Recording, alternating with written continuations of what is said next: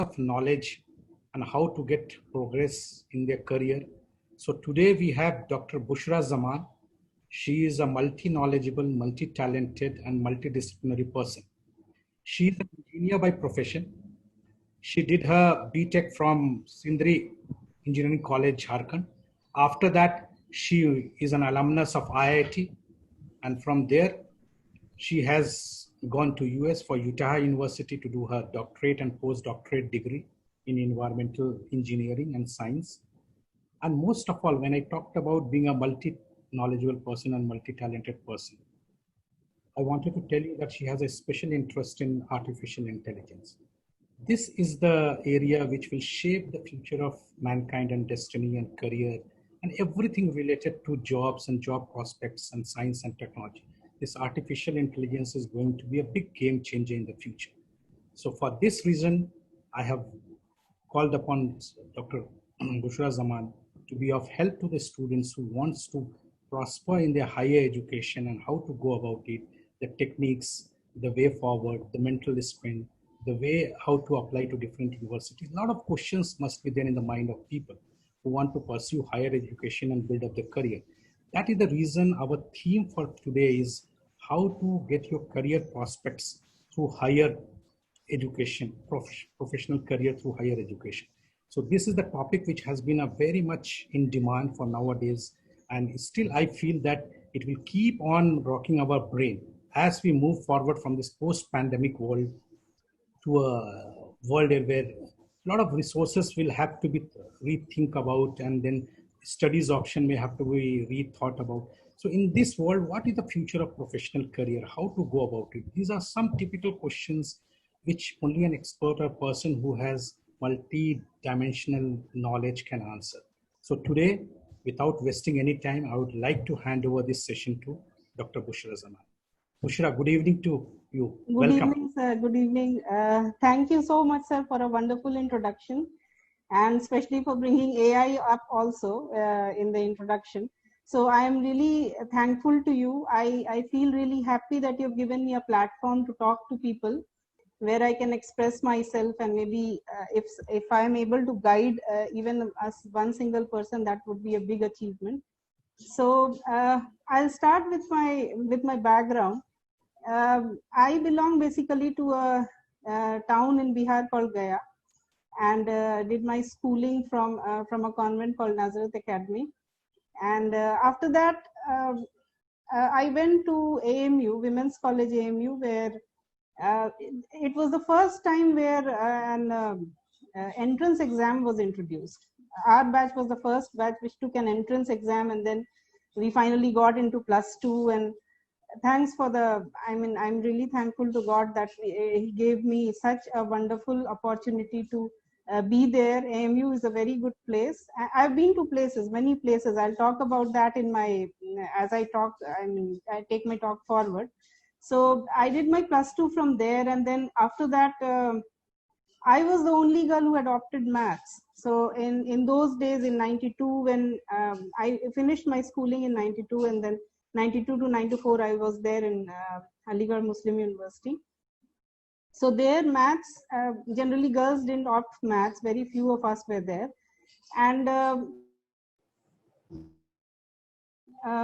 my parents both were teachers. My mother was a school teacher. My father was a university professor, but both were from arts background. So one thing I want to stress upon that they were very, very supportive. But whatever decisions I took in my life were my own. I mean, no guidance at all in the beginning. Of course, my parents had always given me all the support, encouragement for everything.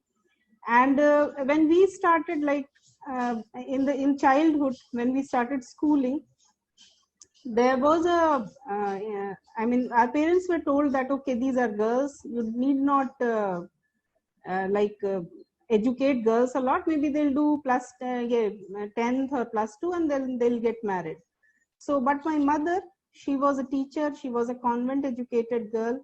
So she knew the importance of education. She took us to a convent and then got us admitted. So one thing, the issue of education in girls is really close to my heart. because I've seen it very closely in my family, how my mother, being an educated lady, had affected our life so much. And whatever we are today is because of our parents, and especially my mother. So anyway, my father was very keen, as I was like, I want to take this forward with AMU. So he took me there, and he was very happy that I got admitted. So there I took engineering entrance examinations, and then I qualified for both the Zakir Hussain Engineering College at AMU and BIT Sindri. But since Sindri was a kind of a prestigious institution, I got into BIT Sindri. Did my BTech in civil engineering. Then after that, somehow it was in my mind that I have to go to Delhi, because Bihar has limited opportunity. So I decided myself that I'll go there. So anyway, I went to Delhi, worked for around a year in some private sector companies. And I felt that, okay, no, this is not going to work. I was very much interested in higher studies. I need to do my MTech. So I found out that, okay, there's an exam called GATE. We need to take that. So I just did 1 month of preparation for GATE exams. And thankfully, I wasn't hoping that I'll get through, right? So I didn't check the results. So anyway, one day I was roaming around at IIT Delhi, and then I saw that my name is there. I got a 95 percentile, immediately applied, and then I got accepted at IIT Delhi. So this was a very enriching experience. The first thing I felt about it is the grooming that a very good institution provides you. Apart from whatever we learn, we study, that is one part. Curriculum is one part, but the grooming comes from the good institutions. Have that is their way, that they make you successful in life through the very nice grooming they provide you. So that was what I felt at IIT Delhi, very prestigious institution, and I'm thankful again that I studied there. So from there, I got selected in a campus and went to Tata Consulting Engineers in Bombay. There I worked for a year. Then somehow I felt that no, I have to do higher studies. I had interest in research. I had a lot of curiosity about engineering and science. So I applied. I started thinking that, okay, I need to apply. Then I got into IIT Delhi again for PhD. Now this is very interesting. I got into PhD at IIT Delhi. There were 40 people who had interviewed, and one had to be selected, and that was me. So I worked there for a year. Then I asked my advisor, okay, what is the topic that I need to work on? Please tell me my topic. So he gave me a set topic, that this is what you have to work upon, and this is the data, this is everything. So I thought to myself, that it's research. We should have freedom upon. We need to choose. We should be given the freedom to choose our topic, and then that will generate interest. If somebody is asking me to do a research in a particular topic in which I'm not interested. So anyway, God helped, and I got selected in Delhi Metro Rail Corporation. I'd given the exam a year and a half back. So I told my advisor that, sir, I'll have to leave because it's a public sector job. I need to take it. I got selected as a section engineer. So I joined Delhi Metro. I left that PhD. So of course, the advisor was not happy with me. But anyway, I worked at Delhi Metro Rail Corporation in the planning tender section. It was also a very enriching experience. All the tenders, all the lines that you see, Dwarka and everything, that was we worked upon with a very good boss that I had. So that was very nice. So there I took TOEFL and GRE, and then I decided that I'll go to the States, because I had this impression that the higher education is the best in the United States, one of the best countries to provide quality higher education. So anyway, thankfully I got accepted at Utah State. So at Utah State, I got into a PhD, and the first thing my advisor, when I started working on my research, he asked, what is the topic that you want to work upon? And that day I felt the difference between here and there. So I told him that, okay, I want to work in remote sensing and artificial intelligence, machine learning applications in water resources. So he was very, very happy. He said, okay, he supported me with everything, all data, software. And then they were talking about PhD, higher studies, because that is what this talk is, a part of this talk is all about, is there were at least 6 skills that I had to learn to complete my PhD. So that was one thing that was very enriching, and I felt that that helped me, still helping, that is still helping me, and has helped me throughout my career development, are those skills that I developed during my PhD, where, be it a software or a analysis tool or statistics or mathematics or machine learning. So the higher studies, when we go for higher studies, it's not only the degree that we get. As I was also like listening to Dr. Sara last week, and I completely agree with her when she said that there are many other skills like analytical skills, thinking skills, cognitive skills that we develop when we pursue higher studies. So that comes as a bonus while doing my MTech also, and while doing my PhD also. I felt that those skills that I acquired during those higher studies is forms a part of who I am as a professional, and has helped me through and through. So that was one part. So anyway, I did. And then another thing that I completely agree with her when she talked about an advisor is more important than an institution, because a person who gets a good teacher or a mentor or advisor is the luckiest person in the world, because a good teacher can change your course of life. He defines, I mean, he guides and defines how you are going to lead your life. So thankfully, I got one of the best professors at the university. Generally, I mean, I heard that very intelligent students, and I was not an intelligent student, but I was skeptical that whether I would be accepted by him or not. But thankfully, I worked under him. He was quite happy with my research results, and I defended in around 3 years, which was a record time at that point in my PhD. So PhD, and then he retained me for a postdoctorate. He was happy with my research, the tool that I had developed. I had developed a classification and regression machine learning tool. And the Water Lab got a couple of consultancies which were based on my machine learning models. So they retained me as a postdoctoral candidate, and then later on as a consultant, and then later on as an adjunct faculty. I returned to India in 2011, but then also the Water Lab didn't leave me. I mean, USU never let me go. I'm still associated as an adjunct faculty in the Civil and Environmental Engineering department. So the one thing I want to stress upon to all who are listening today, I'm really thankful to the people who are here sitting and listening to me, is the scale of thought is the most important thing in life, and your attitude. You need to keep a very high scale of thought. Sometimes we are just limited by our thought that, okay, I cannot go above and beyond certain threshold, but that is not the case. Sky is the limit. Whatever you think you can do, you need to have the right and positive attitude. Many times higher education is a challenging thing, because generally in India, what I felt when I graduated is there is a need to earn, because most of us come from humble families, and parents are not in a position to support us. So we need to, like, the main aim in life is to just go for a job and start earning, and the higher study becomes very challenging. But then I mean, I am an example. I can say that not a single penny was spent. Like, our yearly fee during BTech was 3,000 rupees a year, and then MTech I got scholarship throughout. When I was in the US, I got around $65,000 of scholarships. So I used to save a lot of money. I got scholarship from the Women's Center because I had straight A's for 2 consecutive years. So if I maintained a record, so there was no dearth of money. I never needed money from my parents or anything. So there are a lot of opportunities waiting for you. You need to explore, and then we have the internet where all hosts of information is available, which we can explore and use.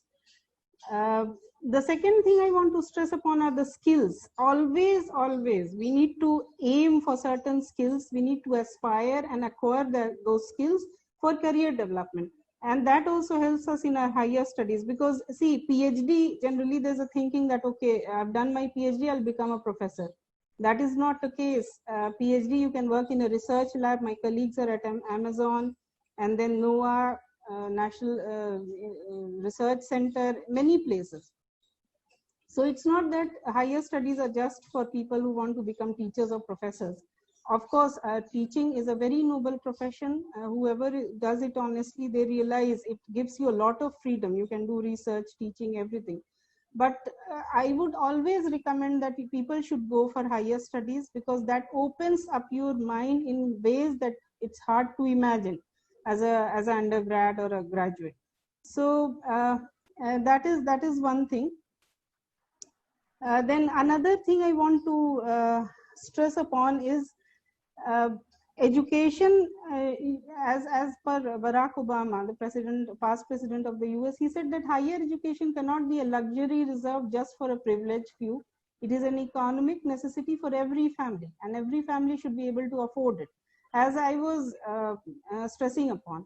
So one thing we should be very clear very early in life is what we want to do, the goal, the aim, which generally becomes clear at a very later stage, which happened with me also. It happens with everybody. Generally, when we are very young, we are not very sure what we want to do. Sometimes we think, okay, I'll become a doctor or an engineer or something, and later on we realize, okay, this was not my interest. I was interested in something else. So if we can crack that code, if we can figure out what we want to do really early in life, that helps us a lot. That really shapes us, shapes our future. So that was my journey till postdoctorate. Then I came back to India. Then I joined the university as a deputy dean, head of the department, developed like 10-12 labs in the university, developed a research center. So in Chandigarh, I was in Chandigarh for 8 years. Then this World Bank opportunity came up where I had to work for Bihar. So I thought that, okay, that's my hometown, home district. I need to pay my debt. So I opted. The project was going on in 17 states. I had a choice, but I opted Bihar because it was close to my heart. So I came here, and I am working with 7 state government engineering colleges and a university, where my job is to guide the colleges on all academic aspects regarding how to spend funds in a qualitative manner. And then I've been doing it for 2.5 years, and thankfully Bihar is one of the best performers in the project. It's called the Technical Education Quality Improvement Program. So we are doing great here, and during the process, I realized, because we work with around 7,000 students, 400 to 500 faculty members, one thing I realized is a lack of awareness about higher education, foreign education. That is a big hurdle in the development of the students, because I have interacted with students at various platforms, and then also faculty. I've interacted with faculty. So lack of information is a major problem. So I would request people to just gain as much information as possible from every possible platform, like, because that helps. Also, it's necessary to have a mentor or a guide. If you can find one, it's fine. Otherwise, of course, Google is the best mentor you can get, because it has each and every answer to all of your questions. So if you want to go for higher studies, you can search and see, and then seek a mentor who can guide you in which field of study you would do best as per your interest. It's not just because somebody is doing it, we should also, I mean, of course, if we have our full interest, that's the key to success, because if interest completely lines up with our area of work, our profession, that helps us a lot in success. So that was my journey till date. And then my takeaway for the listeners is, again, I will stress upon the education among girls is a must. Higher education is a must, and we should always encourage, because if girls are there, I'm talking directly to them. If boys are there, you have sisters, you have daughters, whoever, please encourage them to go for higher education, no matter how far they have to go for it, you need to encourage them. When I was leaving for the United States, I did not know a single person there. I was very, I mean, I won't say alone, because of course there were a lot of people going to the US that day, but I didn't know a single person there. I had that much courage that I took my bags and just left. And I thought that, okay, I'll see what comes in my way, I'll face it. And I faced it very well. I'm really thankful to God and my parents for their support. And I had a very successful 5-year stay there, very enriching. I came across people from Palestine, Israel, Africa, all over the world, Korea, Japan.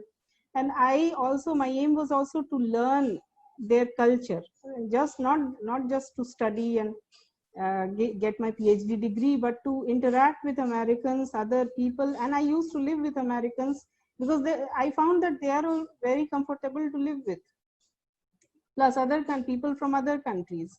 So that gave me a very enriching experience. I'm still in touch with all my friends, and I learned about their culture. That opened my mind in many ways. I mean, I got a new perspective to life, that everywhere in the world people are the same. They're not different. They're exactly the same. We find same kind of people everywhere. So that is my advice, that you need to have that mental the thought that we should go and we should learn the culture also. We should gain experience, higher studies, various skills. So with that, I think that would be the end of my talk. I didn't keep the track of time, how long I was talking, but sir will tell me, Qasim sir, if I'm okay. Or no, Bushra, it has been a very wonderful session. We have been very patient in listening to you, and we want to hear more. It is up to you. You can continue. After that, the question answer session would be there. Some of the questions have already come. So you can continue. When you stop, then we will proceed with the questions. Okay. So now I just want to talk about how do we decide what we want to do in life. How do we go about it?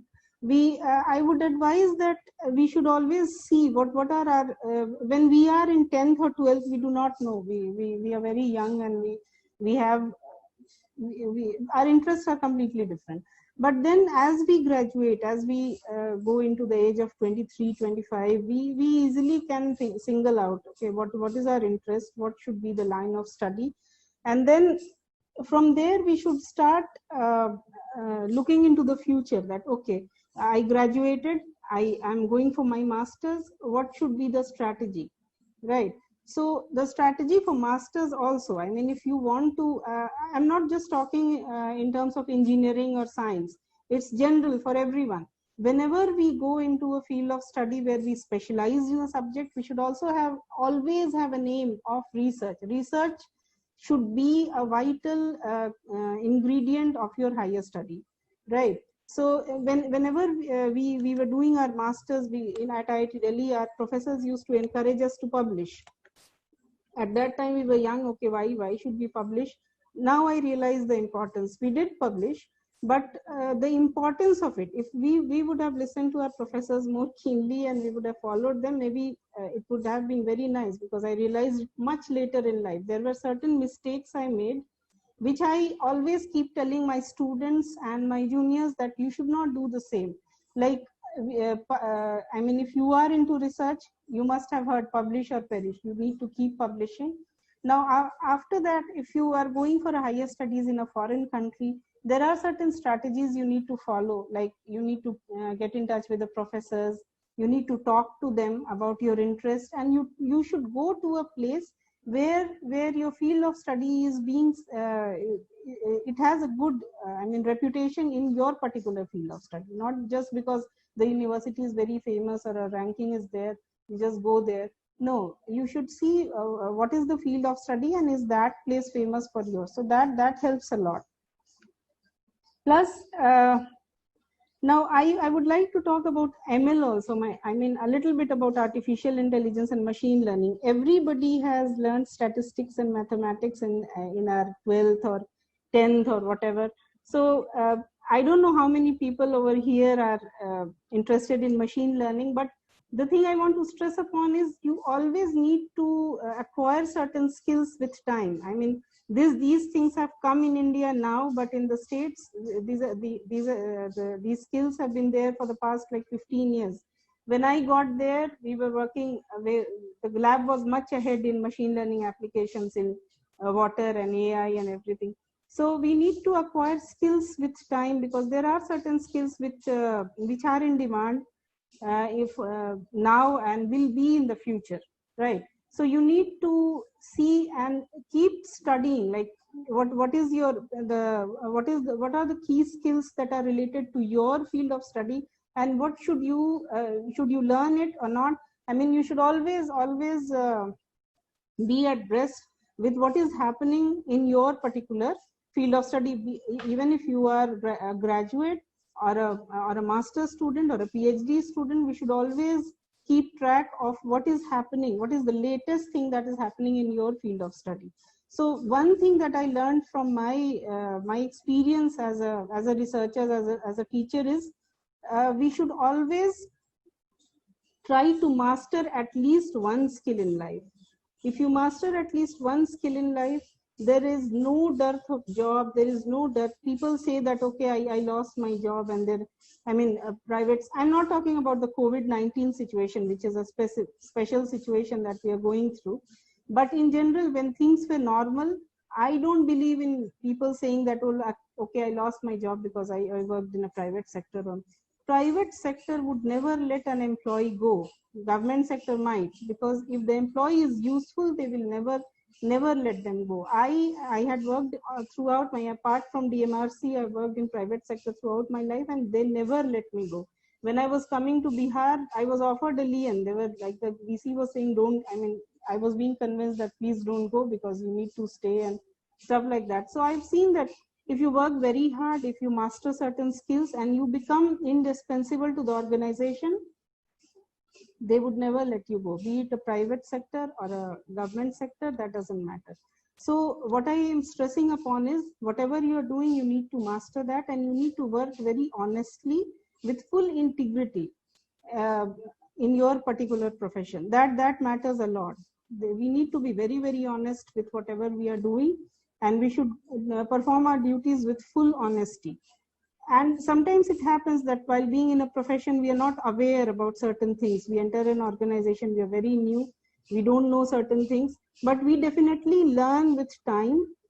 And one more thing about career prospects is, apart from whatever you do or whatever is related to your work or study, you need to have how to maintain human relationships. That is one of the most important aspects when we are working at certain place.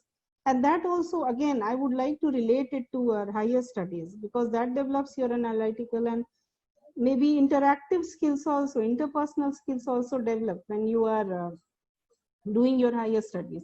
So that forms a major part of your personality, because if you master that skill, that will be very handy throughout your life, throughout your professional career, because human relations, they form a major part of our personality. So we need to keep our cool, we need to perform our duties honestly. And then higher studies, another aspect that I would like to stress is, higher study always gives you a lot of options in life, because by the time you finish your masters or your PhD, you are loaded with so many skills that you do have an option of even switching the fields.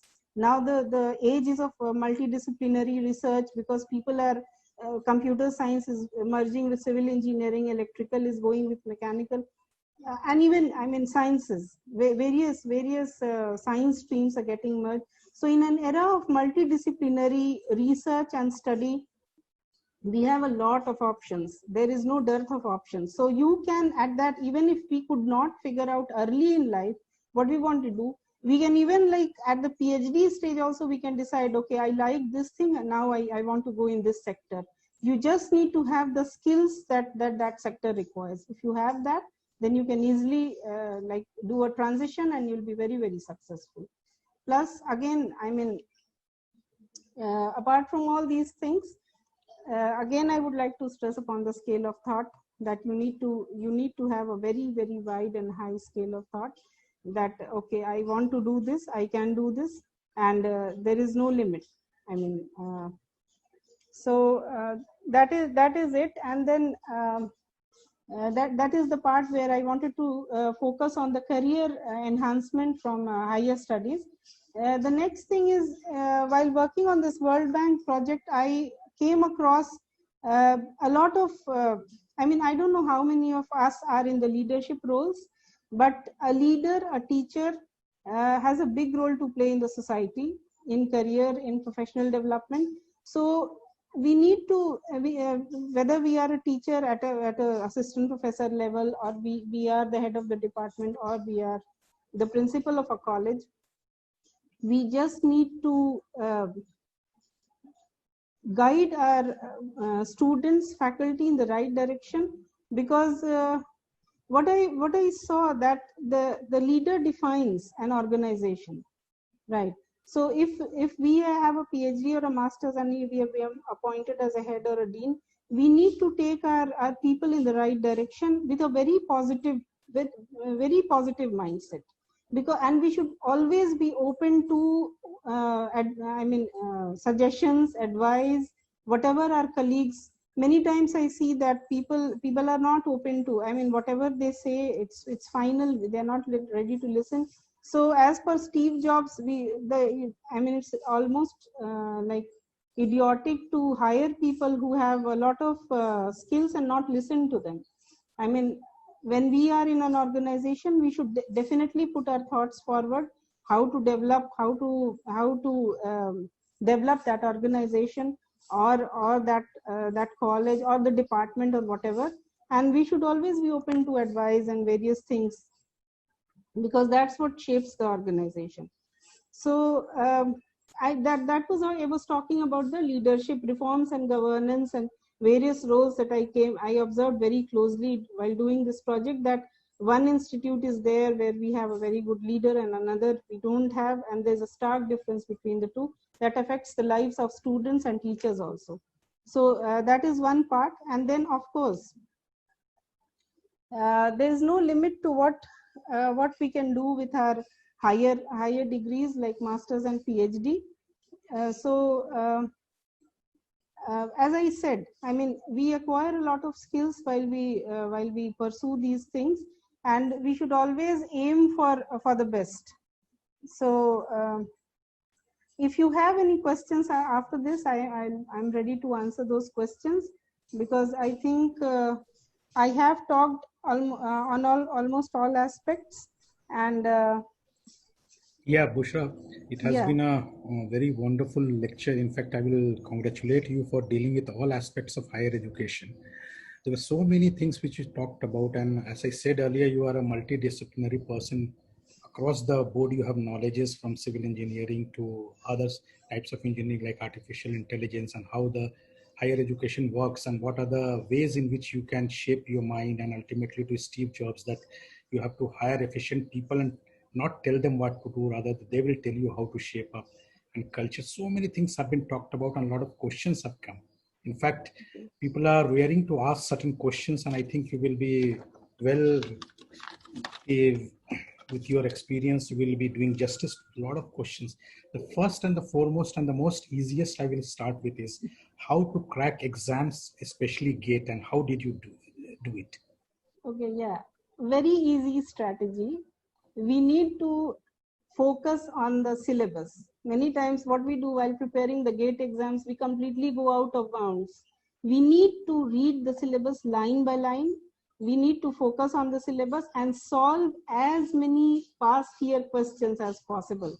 So in our days, it was a pen and paper test. So we used to like practice pen and paper. The strategy, because I honestly am telling you, I just prepared for 1 month with a 95 percentile, and believe me, it's not that tough. I mean, I solved like past 20 years question. I concentrated on the syllabus, stuck to the syllabus, covered each and every word that the syllabus mentioned, and then on the day, 2 days before the exam, I had made notes that I revised, and then I just went for the exam. So now, since the GATE exam is online, I would advise people who aspire for GATE to just keep practicing online tests, because that helps you keep track of the time. And then also it will help you with answering the questions in a very fast manner. The strategy will be very clear to you. So that was my strategy, solving past year's questions and then keeping notes and sticking to the syllabus. And then, of course, being very honest in your preparation.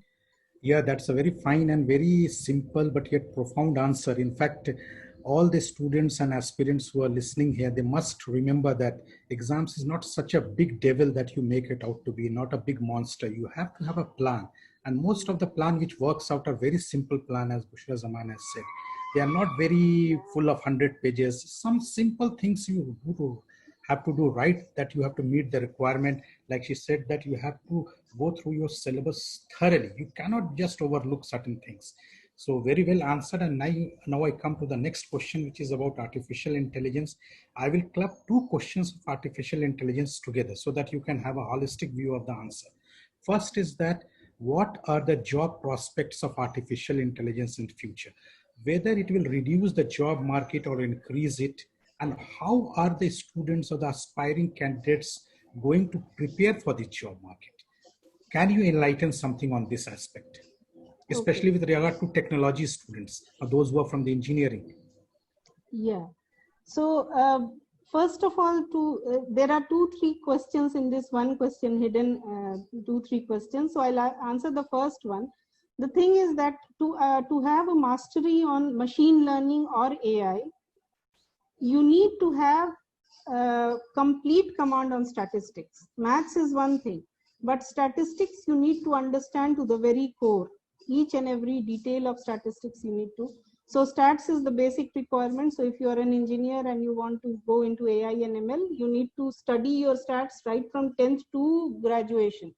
So complete mastery. That will help you in major ways in mastering ML. And of course, then programming languages like Python, Java, and MATLAB.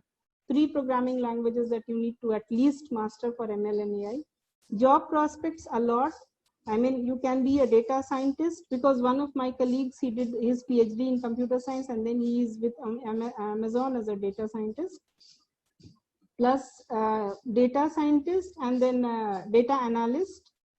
These are the job prospects. It will not reduce the market because it has the volume of the work that is coming along, because we now everything is being linked to ML and AI and IoT, Internet of Things. So there is no dearth of jobs. It will not shrink the job market, but of course for the future we'll need these skills to get into the job market. So I would suggest that you just have a mastery over ML and AI. Very easy procedure. You need to study, of course, study a lot, and then Udemy, Coursera, you must be knowing these websites. They have very quality ML and AI classes that are going on just for maybe sometimes, most of the times they are free, or you need to pay 300 to 400 rupees for a complete course. So you first go attend those courses, and then you master these skills. The job market is not going to shrink because of this. It's going to expand. I'm very, very sure, because everything is being linked to ML, AI, IoT, and stuff like that. So did I answer my question? Very well answered. In fact, it's a very positive sign that job markets will be available to the students from technical background. But I have a little rider here. What about those people who are from the humanities background, those who are not engineering? Is there any threat to their job, or is there something they should do to hone up their skills also to get that share of that job market? Can you enlighten us on this matter also? Yes, sir. Sir, even if we are from humanities, like, of course, there will be no threat to any job scene, because every branch of study, be it humanities, history, geography, has its own standing importance as a very wide application. We cannot do one thing without the other, right? So I'll give you a very, very simple example. Like, I being a civil engineer, I'm using GIS. Geographical Information Systems is a software where a lot of geography is required, right? And a lot of civil engineering environmental skills are required. So when ESRI hires, which is Environmental Systems Research Institute, it hires from geography field, English field, they have to check their language. All the fields are people from every field they are hired. Now the people from humanities also, I would ask request them to be abreast with their field, like go for certifications. Like Cambridge is there, and it offers very good world level certifications in your particular. Suppose if you are from English background, you need to go for those certifications, and you need to have that in your resume, because that will give you a big edge over the others. Whatever field of study you are, you just see what is skill that is being looked into in your field.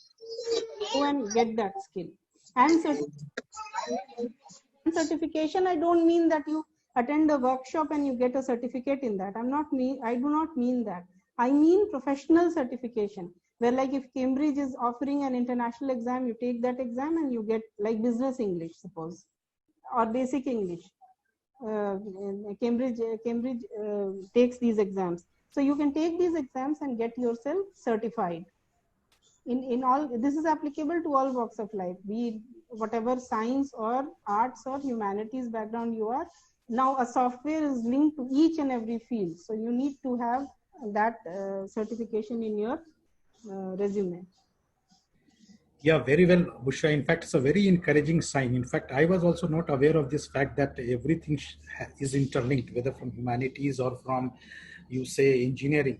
A work has to be multidisciplinary, and there will be a role for everybody, even it from the law or from the field of geography or from the field of history. In fact, I was reading one article in which it was saying that, mentioning that, in fact, 2 years back, that the law, most of the diseases, most of the advices would come from the AI in the future for the laws.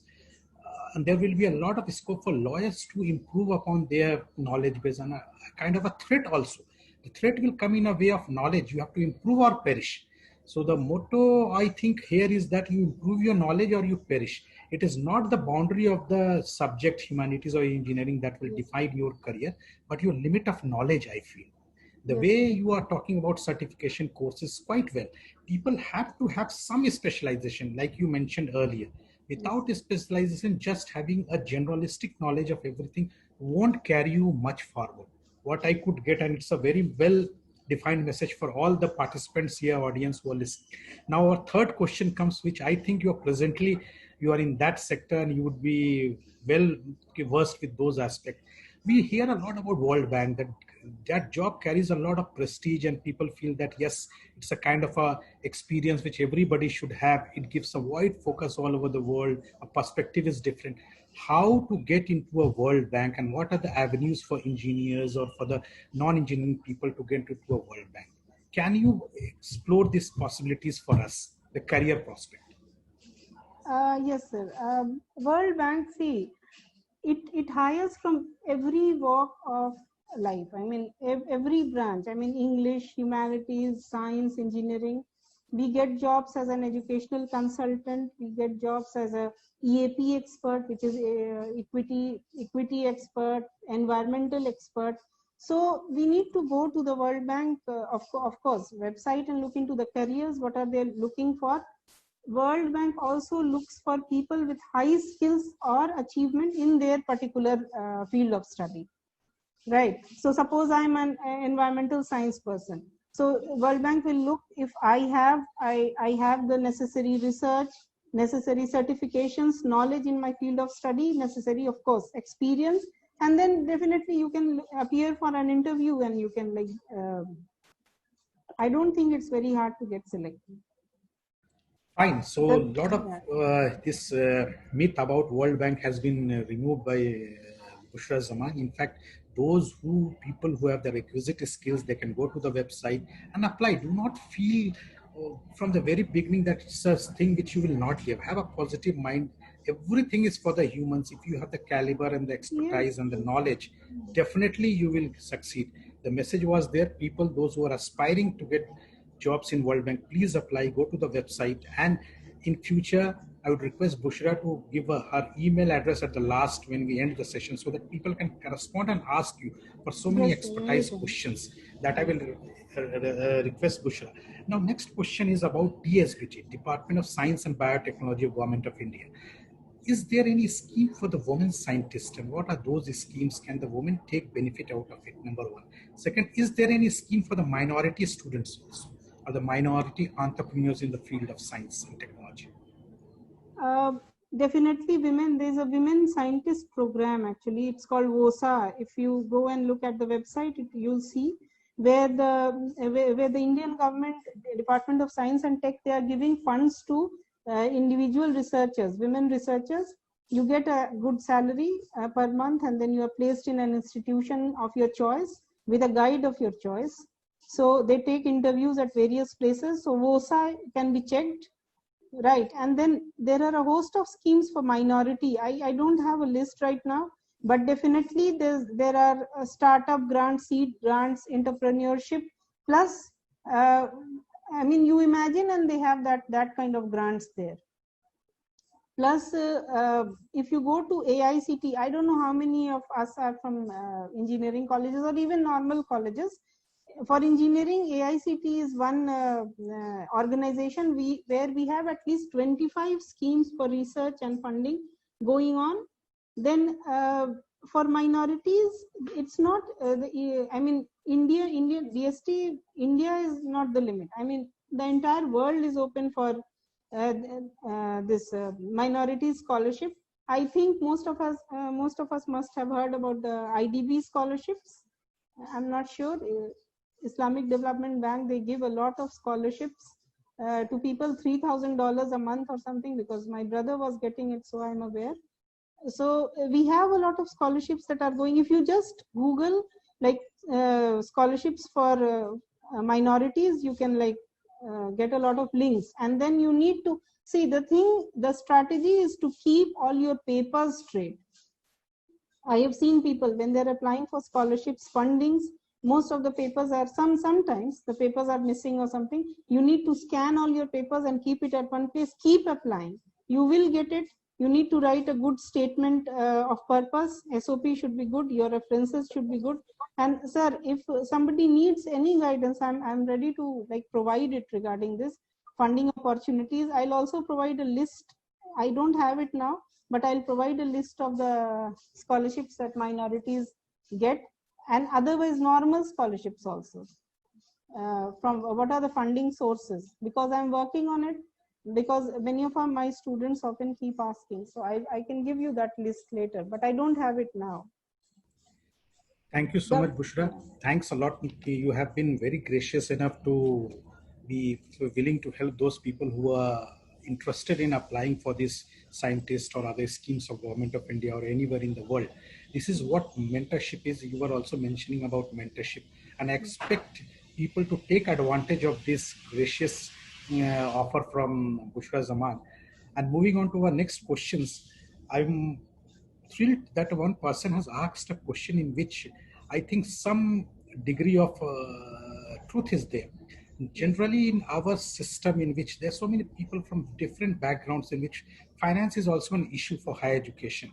So immediately after graduating as an engineering student and engineering professional, people expect them to work, and mostly people work because there are a lot of things associated with that. Loans are there, and a lot of responsibilities are there, financial things are there. So how do you expect them to pursue higher educations without disturbing their finance problem, and how to solve those finance problems while undergoing higher education? What did you do, and how students should approach that? Okay. So, sir, suppose there are two scenarios. What I did is I did a job. I did jobs in private sectors for about a year. The pay was really low, but I knew that I could not survive on that. So I just went for this GATE. I begged my father to support me for some time so that I can take the exam. I mean, he had the money, but he wanted us to be independent. He said, "Go work and find out." I mean, my father was a very independent person, and he wanted us to be really independent. So anyway, that helped me a lot. That has helped always. So that was my case when I switched from my parents' money to my scholarship. That was one point of time in my life where I had to take some money from my parents to just switch to another platform where I had a constant support of scholarships. After that, I started working, so I started getting a salary. Now, if you, after graduating or completing your BTech, whatever, you got into a job, I would suggest that you go for part-time masters, part-time MTech, part-time PhD, but you should get immediately enrolled. Sometimes we think that, okay, I'm working, maybe after 2 years I'll take a break and do a master's or something. That day never comes. So when the day you join, maybe after a month, you start looking for options where you can get enrolled part-time in certain study, because in all the major cities we have good institutions in where they offer part-time study. So that is one option, because by the time you come out of your job, you'll have your degree in hand. So that is my advice, that you should not sit and think that, okay, I got into this job, now I cannot do my higher studies. No, there are a lot of options. You either go part-time. I won't suggest online or what do you call, distance courses, because many institutions or companies, they do not prefer distance courses. They do not count it, but definitely part-time is always counted. So I would suggest that you go for part-time studies if you have to earn while you after you graduate. Fine, Bushra, very well you answered. In fact, you have been encouraging the students and who are listening there that there is no excuse for excusing your higher education. If you have the will and if you feel that your higher education can add value to your professional career prospects, definitely do it. There will be some way in which you can do it, like part-time. The part-time may not offer sometime grants, but definitely if you're working and doing part-time, you will be able to balance it. The idea is that you should be willing to take up that cudgel on your behalf. Otherwise, higher education is not a very simple thing. Let me tell you, because it's a lot of commitment and a lot of perspiration. You should be ready to invest in that if you have the right kind of mind frame. You cannot be that you are just entering it for the sake of entering it. You should be very focused, like she was mentioning.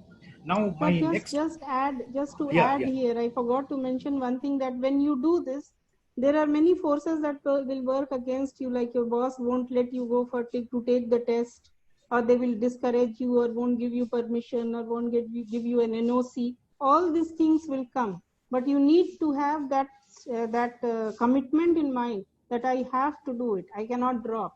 So if you have that commitment in mind, that there is no plan B, right? This is it, I have to do it, then that will definitely work, because I've tried it, I've seen it. It works always. So your commitment is always needed for this. Yes, commitment is the most important thing. In fact, all the people who are listening here, if you are committed to your goal, definitely some way will come out. Never lose the committed value in your life. You may have a lot of obstacles. In fact, everything seems simple after you attain it, but the kind of commitment and the kind of energy and the focus which you have done, nobody knows it other than you. So be committed. There is no way in which you will fail. Absolutely, it is a guaranteed way of success. And Bushra is one fine example. It's not that she has done it without just, she may be very gracious to say that she got 95%, but I'm very sure there's a lot of hard work and perspiration behind that.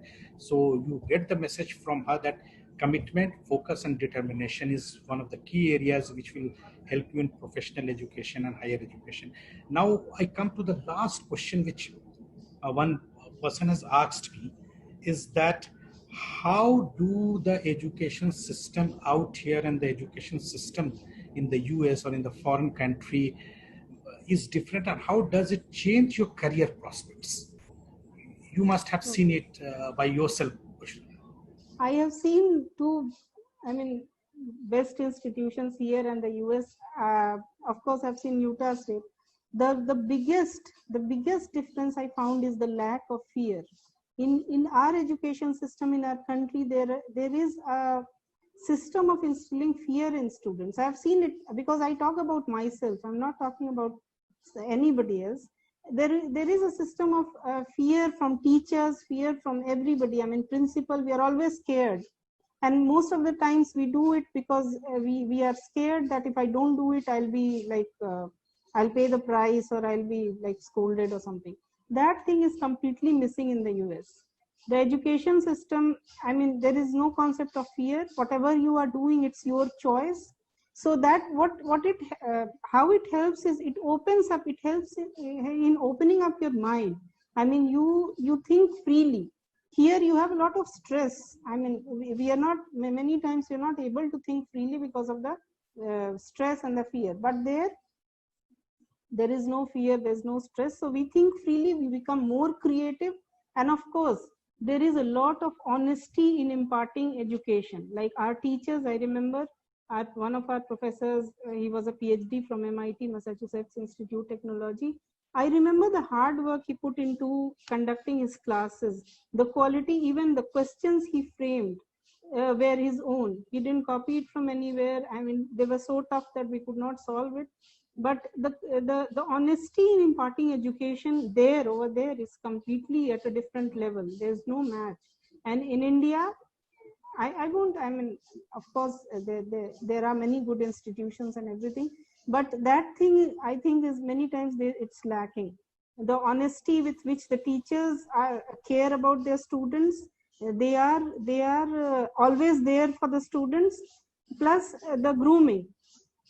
Like I remember we had open book exams and not a single student used to cheat. We never used to discuss. I remember GIS, I did not know the answer and I wanted an A. I knew that I won't get an A, I'll get an A negative or something.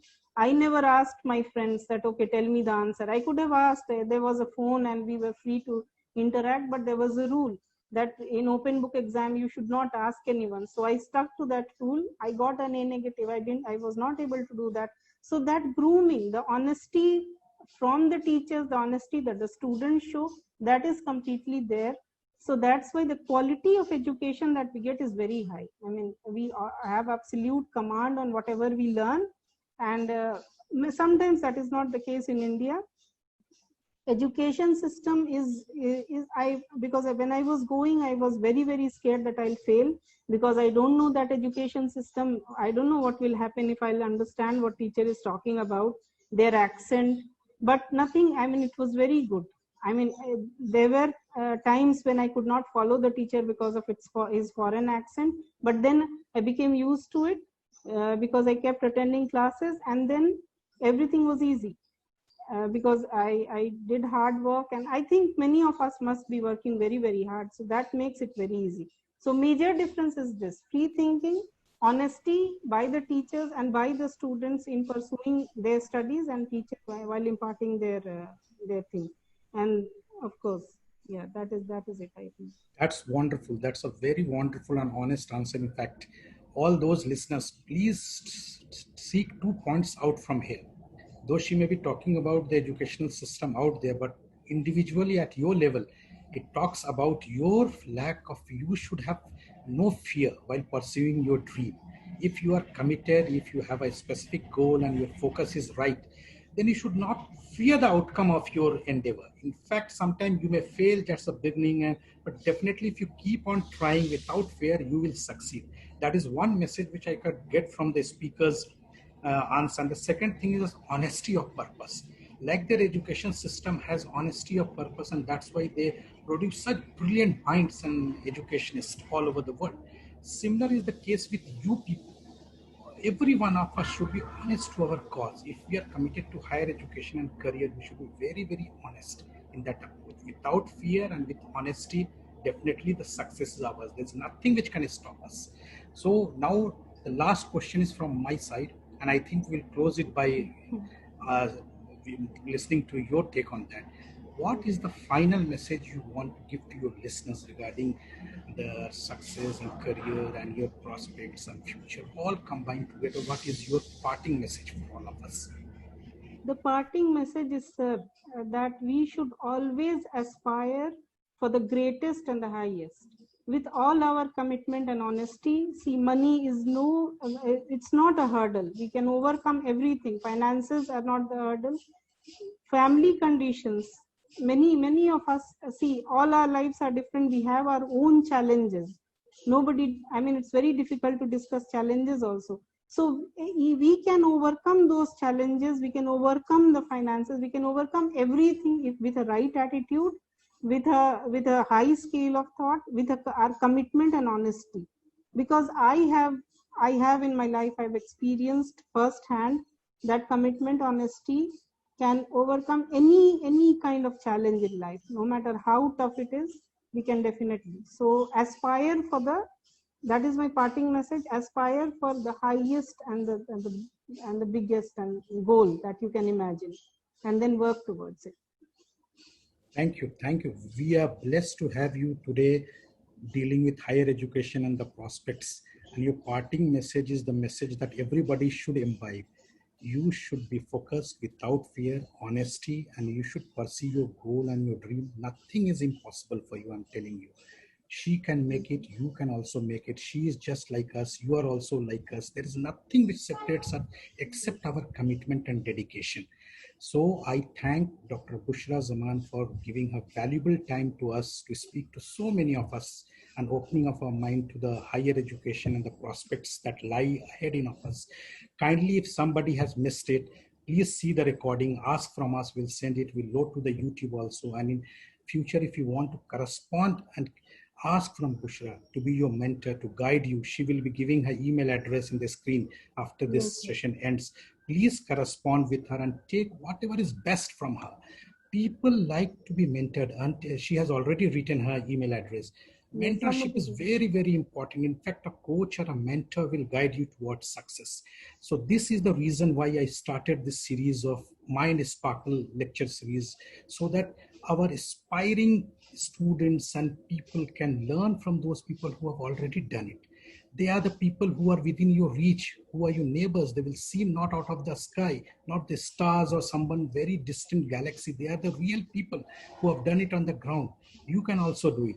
So we are very happy that a lot of students have joined, and happy for the Bushra Zaman for taking so much interest and preparing and answering every question so elegantly and with so much of dedication and honesty. Thank you, Bushra, for joining us, and we are indebted to you for giving us your value opportunity. In future, we may have to call you because the response has been so overwhelming for a second session or for a session based on panel discussions on higher education. Thank you. And for the next session, we'll send you the WhatsApp link. Please do join us for this Mind Sparkle series. Definitely. Thank you. Thank you all Thank of you. You very, very Stay much, blessed. sir. Thank you. Thanks a lot, sir. Thank you. Thank you. Thank you all my listeners. Thanks a lot.